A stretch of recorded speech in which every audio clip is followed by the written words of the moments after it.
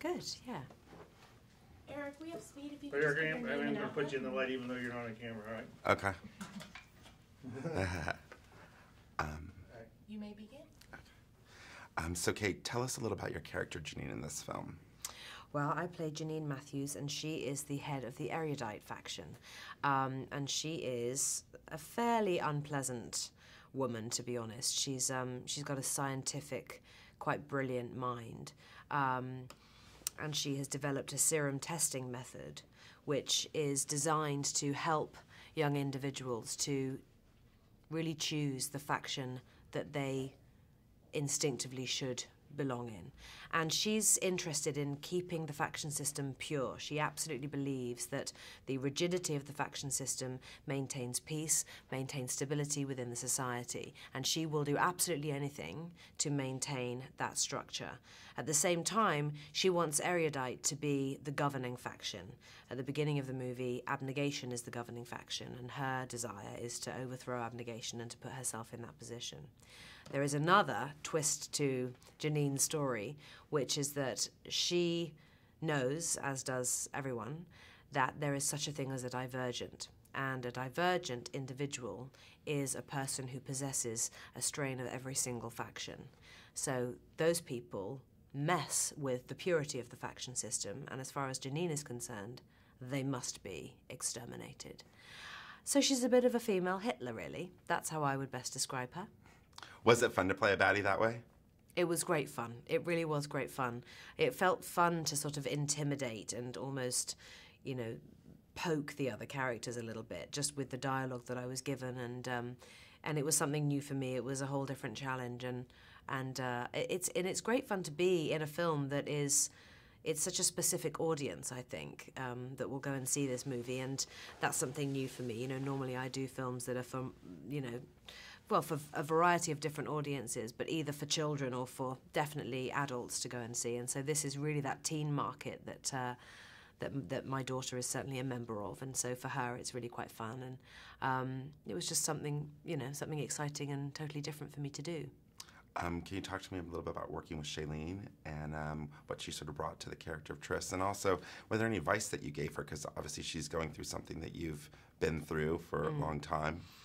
Well, I think, you know, a lot of people are asking me about the advice that I've given to Shay, and you know, we obviously do, we have talked quite a lot about what is going to happen and how world will turn upside down for a while and then it will go back to normal again. And, you know, she's a very grounded girl and she's very strong within herself and she knows who she is. And that's something that she definitely has on what I had back then, because I look back and I thought I knew who I was. And I felt I had a handle on everything, but the reality was, in fact, nothing could have prepared me for the success of Titanic and how much everything changed. But Shay's going to do just fine. I mean, I hope she's able to enjoy it because her performance is so wonderful, and you know, it's going to bring a lot to a lot of young people, and she will become that role model that I was at that age, and I think I've sort of maintained that position a little bit since then, and I'm excited for her because that's a really lovely, fortunate place to be in.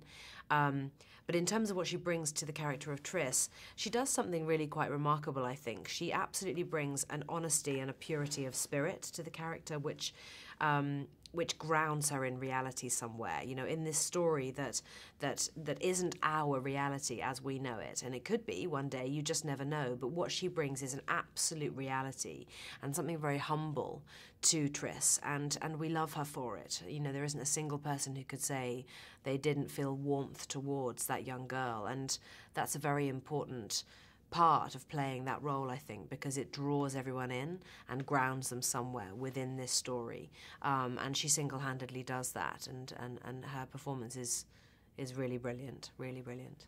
A lot of people are also talking about Theo's performance, and you know, this is sort of a lot of people are seeing him for the first time with this movie. Yeah. What about, because you didn't get much time with him, but also you have the sequel. Well, I actually did have some. I did have some nice times on set with Theo as well. I really only had actually about 3 weeks on the movie, and I came in towards the end. So they had a very established relationship. Everybody actually, but particularly Theo and Shay, and actually Shay and Ansel too. it was great to sort of jump into a really lovely atmosphere that they had already created. Theo's performance, I think, it's very clever what he does, because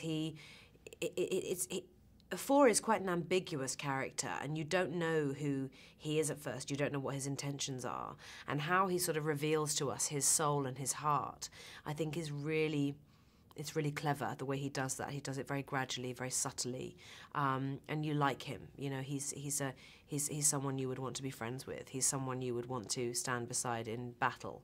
And I'm very excited for Theo, at all these great things that are going to happen, and you know, I'm sure my daughter's going to want a poster of him on her wall sometime soon, but that would just be weird.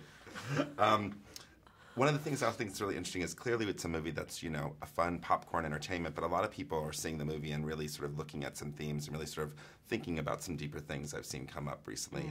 Did you think about any of that when you were making it? Obviously, Hitler references. Yeah, I did. I mean, for me, it isn't just a franchise piece. It isn't just a teen, you know, novel that's been turned into a movie. For me, it's much, much more than that. I mean, I think this concept, and this was one of the things that I took away from the book when I first read it, this concept that we all, as human beings, want to come from somewhere and count for something and be true to who we are.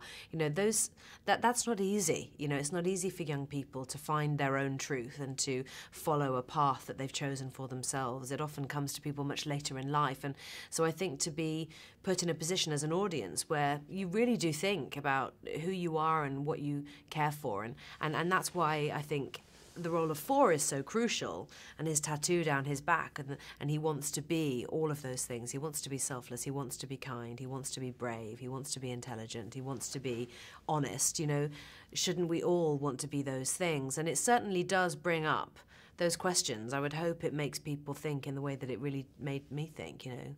Kindness is key, you know, honesty, always tell the truth, it's the easiest thing to remember. I mean, these are very important values that, you know, we should all hold with some regard in some way. All right, we're out of time. Thank you so much. Thank you. Thank you.